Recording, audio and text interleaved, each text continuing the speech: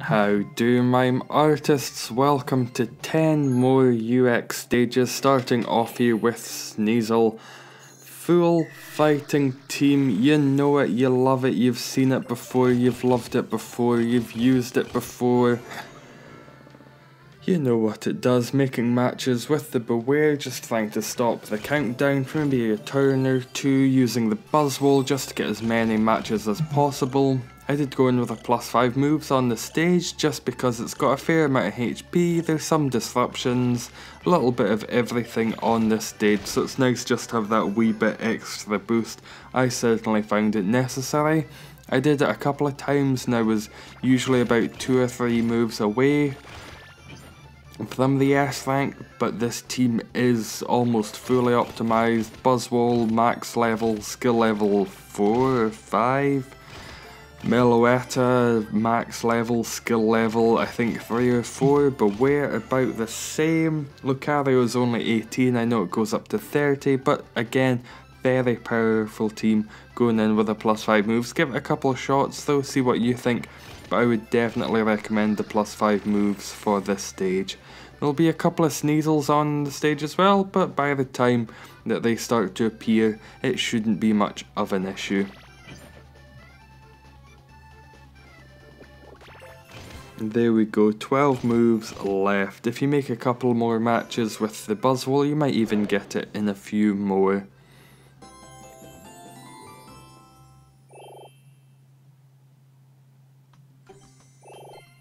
And next up here is Duosion. This one delightfully simple. Take along Duosion, take along Gengar. There will be a lot of Duosion on the stage, so you'll hopefully get a little bit extra disruption. Gengar should become a Mega in a couple of turns at most, and after that it's simple. If your Hoopa is skill swapped for typeless combo, even better. This will be an even shorter stage for you. Just always make matches with the Hoopa, trying to get the typeless combo to go off. It will be simple, easy, delightful. Mine's isn't skill swapped yet. The next time Hoopa comes around, that's something I'm definitely going to do, but until then I will just have to work with the risk taker ability. It does come back in about 4 months, I think, when it's coming back, so there's a wee while to wait. And until then, it's a mildly useful Pokemon. It could just be exceptional if you've already got the typeless combo to a high skill level.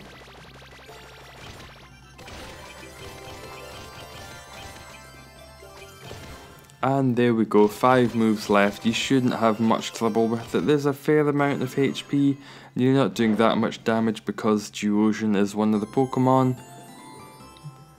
Maybe if you don't get it, just do it a couple of times. You should not need an S rank on this stage. I mean a +5 moves. S rank, easy, itemless. Next up is Snorlax, and this is a very, very tough customer. Going in, +5 moves and an attack power up.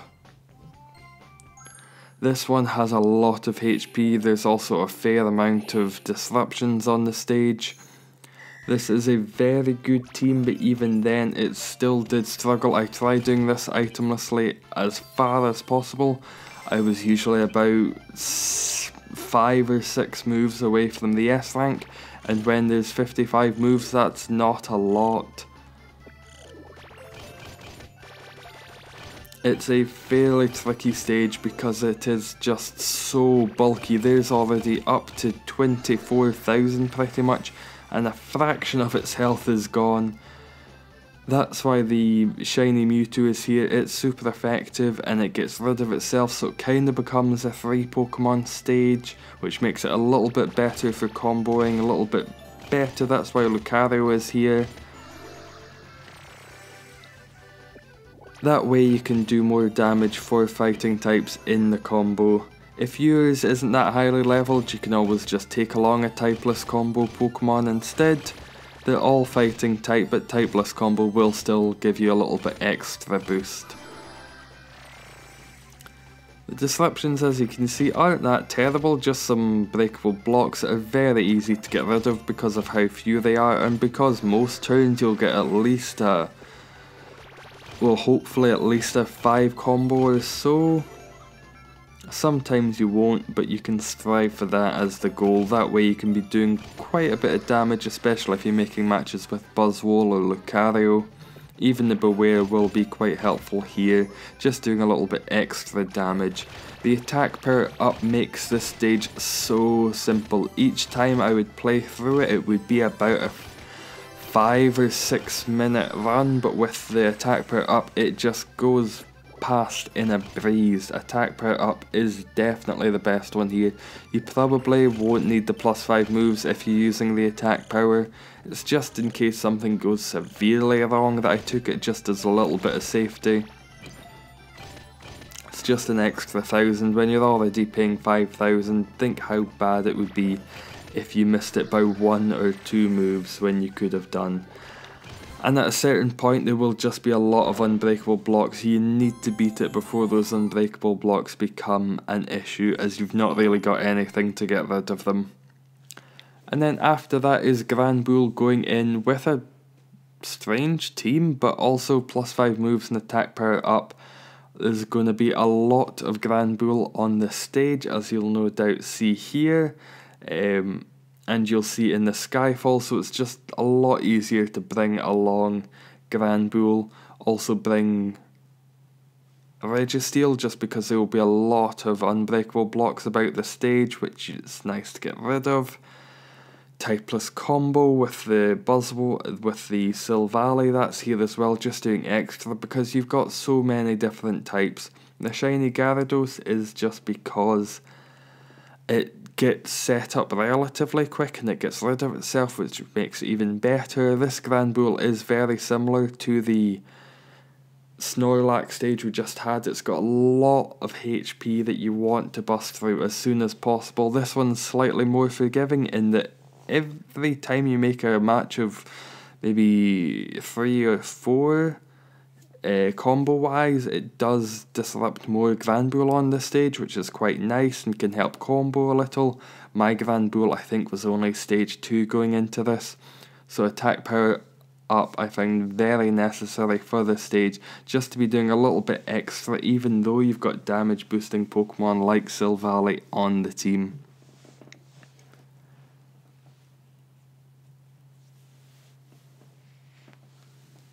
I tried it with many other things. I tried it with Celesteela, going in that way. That did not really work, just with how many Granbull there were, and Celesteela wasn't always going off, and you just need to be doing more damage as opposed to getting rid of them, so I just resolved go in with the Pokemon itself, make it a lot easier for me, and just be hitting damage and numbers and combos as opposed to trying to get rid of them, which then just takes you away from how much HP this Pokemon has. I think it's about 40,000 or so, so it's a fairly high amount when you're not doing that much damage because of the Granbulls on the stage.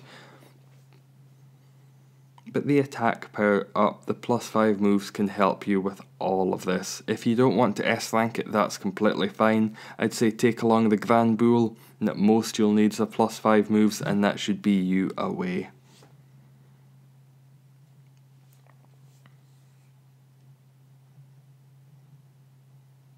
You may have a much stronger Granbull than I. Mine's, as I said, is only about level 2, so it's not the best going into this, but it's still an okay-ish Pokemon. It's just one I don't think I've ever really used. There we go, 14 moves left. Nice little combo to finish out with.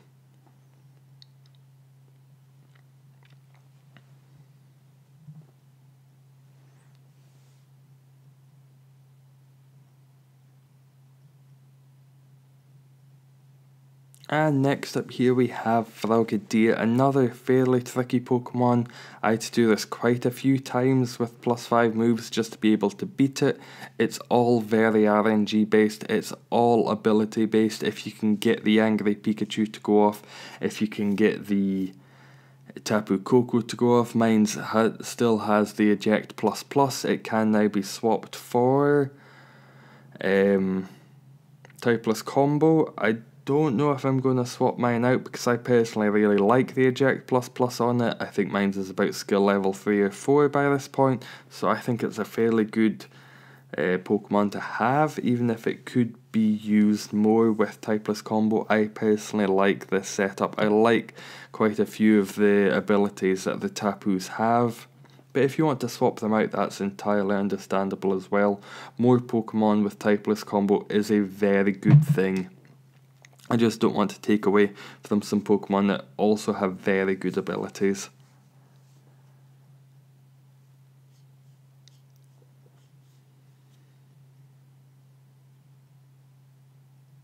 And there we go, beat it with 4 moves left. It might take you a couple of run-throughs with a +5 moves just to be able to beat it. You could even just try going in with a Mega Start or something like that. That might be quite helpful for you. And then next up here is it Gurdurr? Gurdurr? Which one's this? Gurdurr. Going in Shiny Tapu Koko, non-Shiny Tapu Koko, and what am I even saying? Mewtwo. Talking too much about Tapu Koko. Shiny Mewtwo, non-Shiny Mewtwo, and Tapu Lele. If you're going to use the Disruption Delay, don't bring along the Tapu Lele. Mine's was, I shouldn't have done that. There will be a hideous number of disruptions on the stage. That's why Tapu Koko is here. If you don't have the Disruption Delay, it's awful. Every turn there will be unbreakable blocks, and it disrupts about 4 or 5, so if you miss a Tapu Lele 1 turn, 2 turns in a row, the board is just filled with them, and it's very hard to come back from that. I'd recommend instead something like a Silvally or a Deoxys. That would make the stage very simple indeed. Instead of the Tapu Lele, the Mewtwo and the Shiny Mewtwo, still fantastic. Shiny Mewtwo, wonderful Mega here. Non-Shiny Mewtwo can do a lot of damage with its Psy Strike ability, especially if yours, like mine, is fully leveled, fully skill leveled.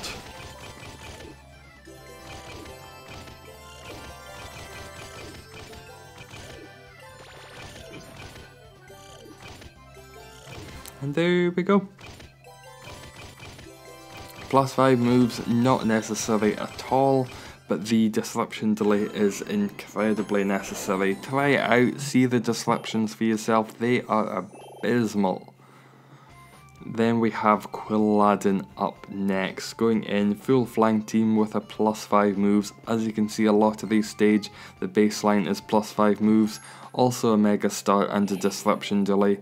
This will throw a lot at you again, and just a Mega Start really helps because for, what is it, a stage 1 Pokemon, it has a lot of HP, which quite a few of these ones seem to be. As well as towards the end of this video, I think quite a few of the Pokemon have been 3 Pokemon stages, which is certainly interesting for this set of 10. Seems to come in batches, and this batch seems to be very heavy Pokemon that have got a lot of HP, as Quilladin does here. Certainly not as much as Snorlax, but still a fair amount. And there aren't that many turns for you to make. I think you need to, if you're not going to use the +5 moves or anything, you need to do it in 3 or 4 moves to get the S rank on the stage. If you don't want the S rank, it's probable you could do it with maybe just a +5 moves, but if you're going for the S rank on this stage, I'd say most of the other items are very necessary, especially +5 moves and the Disruption Delay. Mega Start is maybe a little bit more feasible not to take along, but the rest of it definitely is.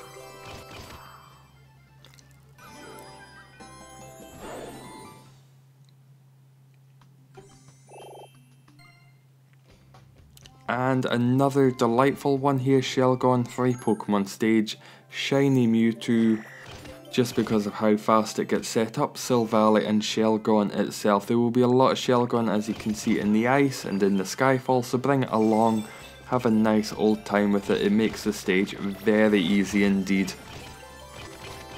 You should be able to beat it in a couple of moves. It's got a fair amount of HP, but this is a very easy stage. Take along Silvally, take along the shiny Mewtwo, or any of the Megas that get rid of themselves, it doesn't really matter. Just whichever one is the fastest to evolve for you.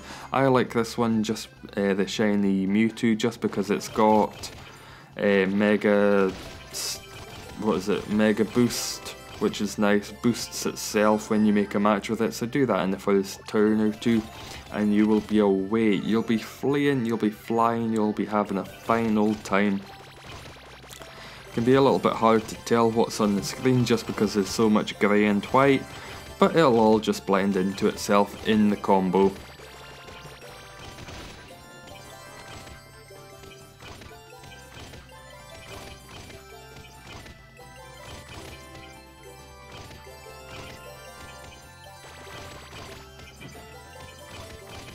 And there we go, 14 moves left. Don't need a +5 moves, don't need a Mega Star, you don't need anything. Just take along some good strong Pokemon and Shelgon itself. Penultimately here we have Braixen. The Suicune is incredibly good here just for that starting board, being able to get rid of those unbreakable blocks which prevent you from making matches. You could probably dance around it and make 5 matches so that the blocks get rid of themselves, but I would say Suicune is just a much better way to go. That way, take along Ash-Greninja after that, do some damage with some combos, shiny Gyarados as well, and it's a delightful, easy, simple S-rankable stage. Also a free Pokemon stage, as you can see, quite a few of them here. And lastly here we have Steelix. Ooh, Steelix. Going in, +5 moves and a Mega Star with Mega Tyranitar, Meloetta, Buzzwole, and Celesteela. Also disruption delay because it will disrupt you. I did try taking along the Onix, but it just swaps out with Pinnacle, I think, so it doesn't really work. That's why the Celesteela is here, because there will be a lot in the Skyfall. There's a lot on the starting board. If you can get a good match in the first couple of turns, you're able to get rid of a lot, and then you can use the Tyranitars to get rid of the unbreakable blocks, and after that just make combos and hope that your disruption delay lasts out.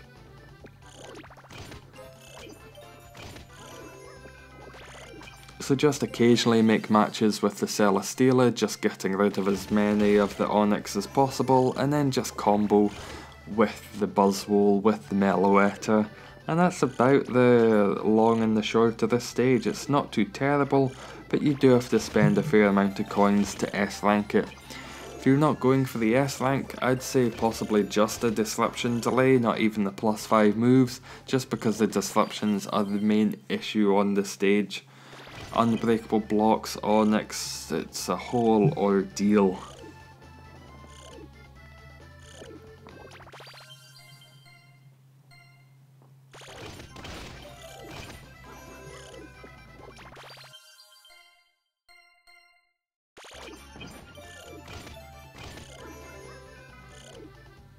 You could even swap out the Meloetta for the Silvally, but I don't think you're really getting enough combo potential to be doing that much with it.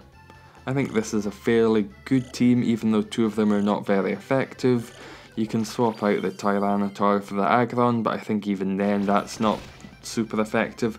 So it's a fine team going into this. Works well, able to S-rank it just with a little bit extra coins. But there we go, that's those 10 done. Thank you very much for watching, and how do, Mime Artists? Eggs! Eggs! E-double-G-S eggs!